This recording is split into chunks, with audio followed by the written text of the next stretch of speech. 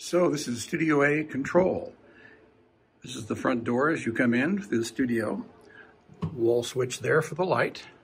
And then you walk up to the rack. This rack is video on the left, audio on the right. The first thing you do is go underneath the console here and push this button to turn the UPS on. And then make sure that this all comes on.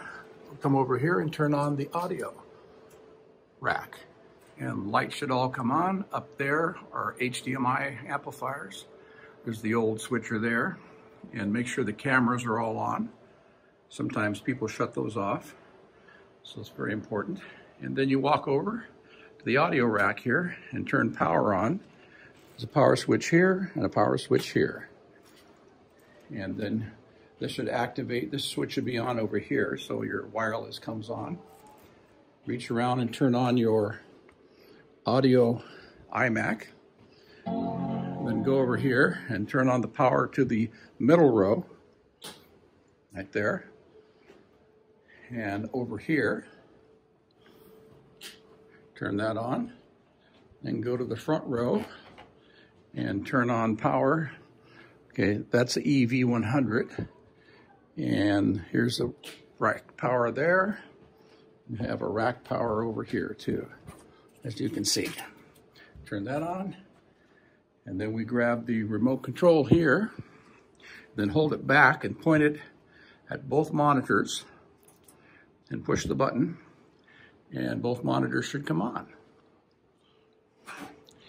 Then you go back to the main rack here, main audio video rack, and you turn on the TriCaster, which is located right here. There's the switch next to the red one. Turn that on. All the lights, tele lights show up on the cameras when you first launch. And we have lights up there on the HDMI. It looks like we have our audio is powered on too, so that's all good. It'll be booting up, and while it's booting up, let's turn on the iMac here behind to the left, and then the capture computer, Mac Mini, turn it on also, and then go over here and turn on the titler computer, live text PC. Let that come up. And it's also attached to this monitor here. It's a dual monitor situation. The password is MCJ Lab User 172 exclamation point. And get that going. These are on, that's good. This is the capture device, Mac Mini. Then let's go back over here and check on the TriCaster and see how it's doing. Okay, looks like it's booting up. Yep, you can tell by the little flash going through the center there. It's still cranking away and doing good. So that's good news. Let's see. Looks like it's going to come up. Here we go. And looks like it's going to work today. So we're in good shape. The new C drive is hopefully working well. Got lights on the control panel, and the X key board is doing well right there for hot keys, and it looks good. There's the clock that you'll have to adjust, which we'll talk about later. Now let's go back and turn on the live text computer. Okay, yeah, let's turn that on. Let's log in first. Let's go ahead and go. It's capital M, and then lowercase CJ, lab user 172 exclamation point, and then we enter. And it comes up. Grab the mouse over here, and I'd go over to the next screen here and launch Chrome. So it comes up to Rundown Creator. The students can log in at that point. Then come back over here, move the mouse over to the left, and go to LT for live text. Launch that. And we'll have that come up. And then I'll go and open up one of the old files just to give it something. I'll click on one of them over here and say live. And then up on the multi-viewer there, you see the script there under CG. That works.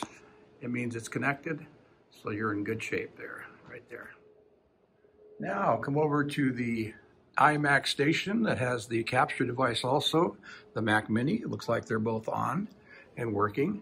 Your password for this capture station is right here, SA172 at OBS21 exclamation point, which I've already put in. So let's hit enter and it will boot up to the OBS screen, which is right here.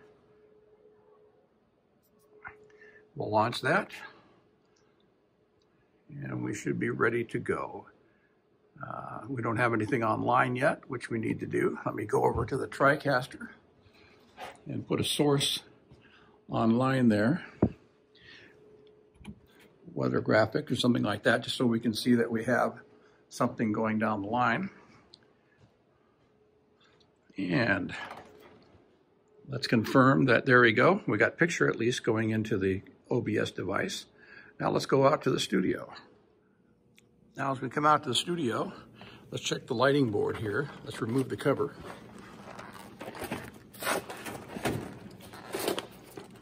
And put it somewhere, not there.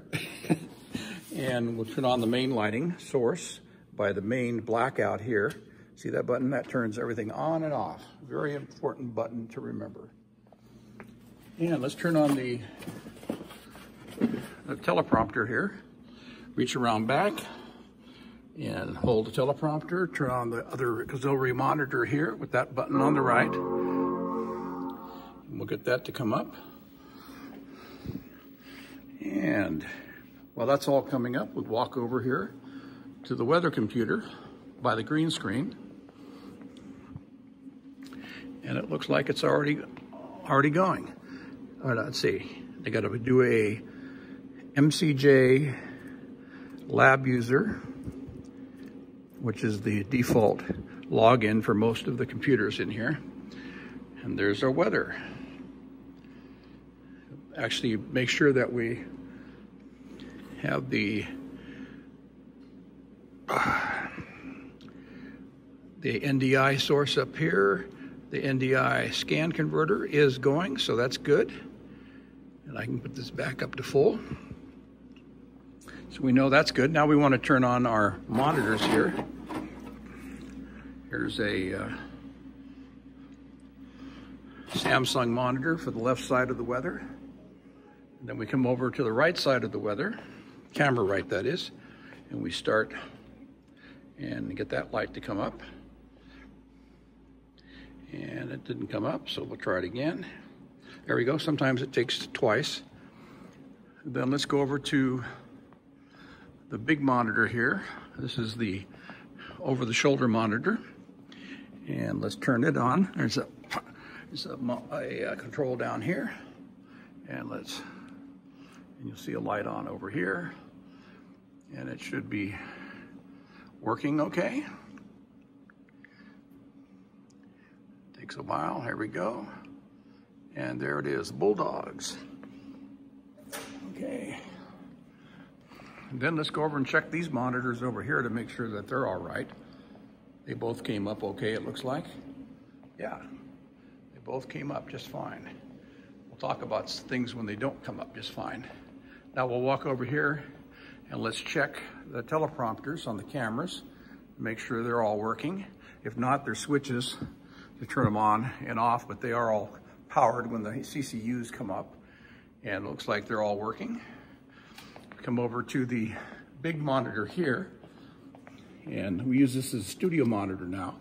There's a remote control, turn it on, and we'll Make sure that we're on input HDMI 2.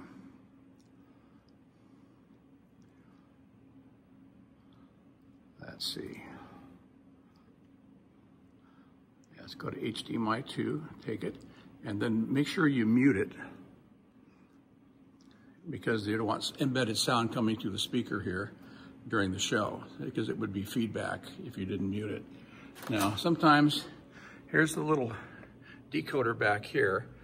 That yellow light should be solid. If it's flashing, there's a button on the other side here you can push, and you can also reset it by pulling the power here on and off to get it to work again. And this is all controlled through this little box over here by the door. This is what distributes HDMI to all the studio monitors right here. And make sure that this connection there is completely secured. And if you have any problems, there's another reset button here, and you can pull power on it. Reset always does wonders.